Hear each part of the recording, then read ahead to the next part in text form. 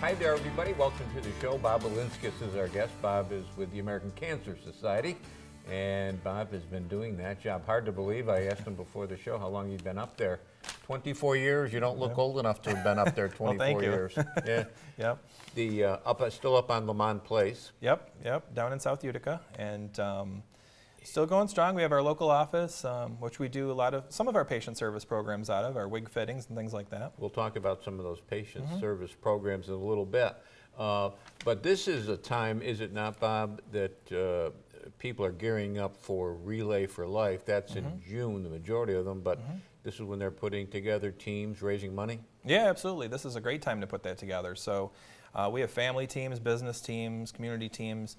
This is about the time of year that they start thinking about either re-upping their team if they've been involved for a while, or maybe putting one together for the first time if they hasn't been done before. The Relay for Life concept, for those who have never participated. Sure.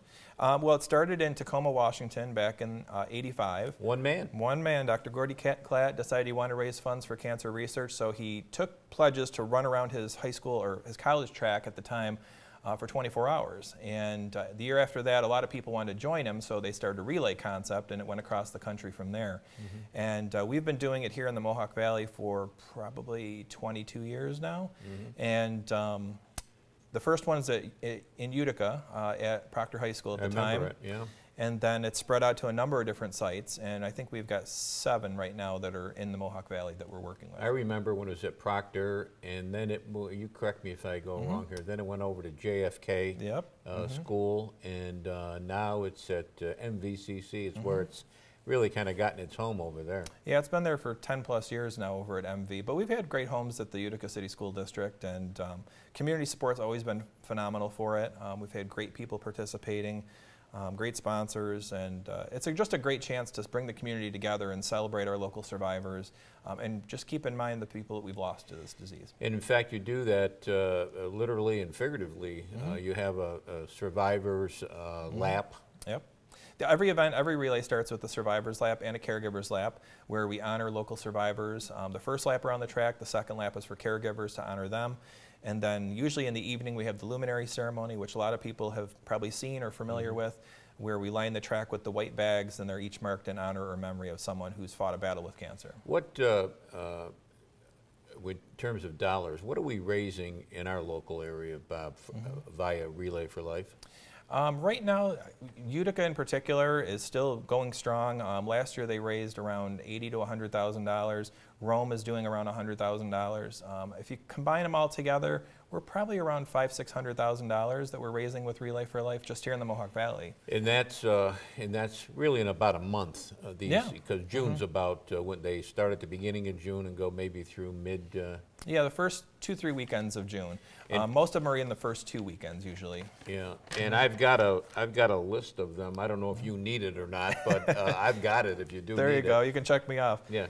But Utica's event is June 8th, and then Rome's is also on June 1st. But we have Madison County on the 1st. That's in Oneida. Camden is the 1st. Boonville's is on June 8th. Herkimer County's on the 15th this year.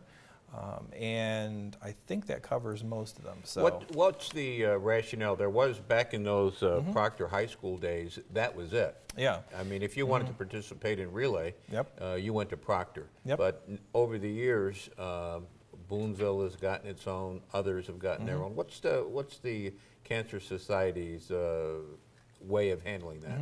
Well, we started with the one site, and as we started seeing people come from all these different locations, as long as they could put together a planning team and a group of volunteers to orchestrate it in their own community, we were happy to give them an event in that area.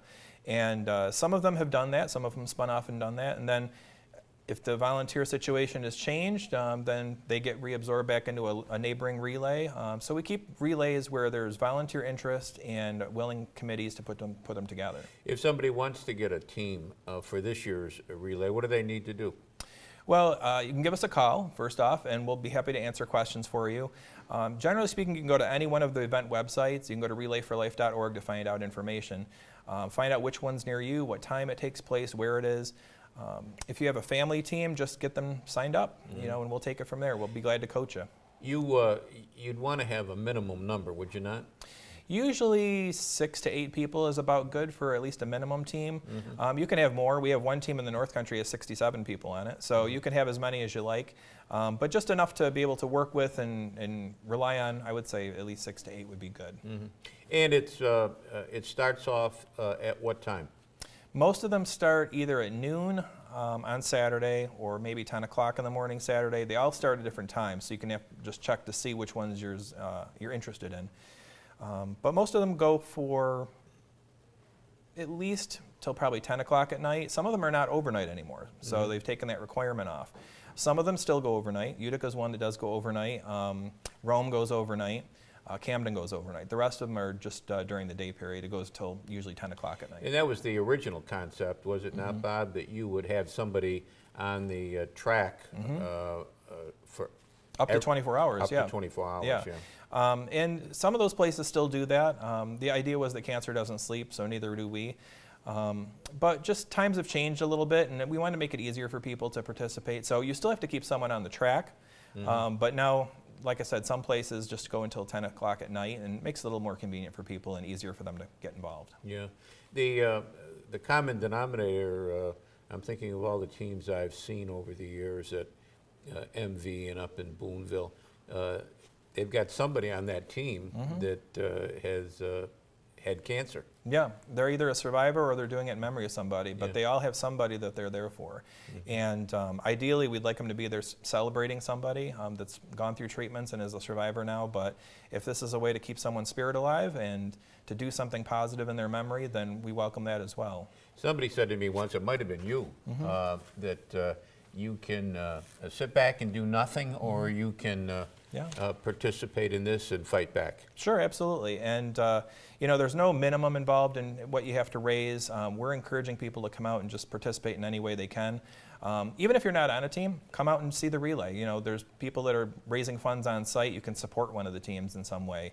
There's raffles and auctions and other things happening. Okay, when we come back, let's talk a little bit about screenings. Sure. Lots of screenings that need to be done, and making strides. Yep. Bob Elinskas is our guest. 24 years he's been down at the American Cancer Society.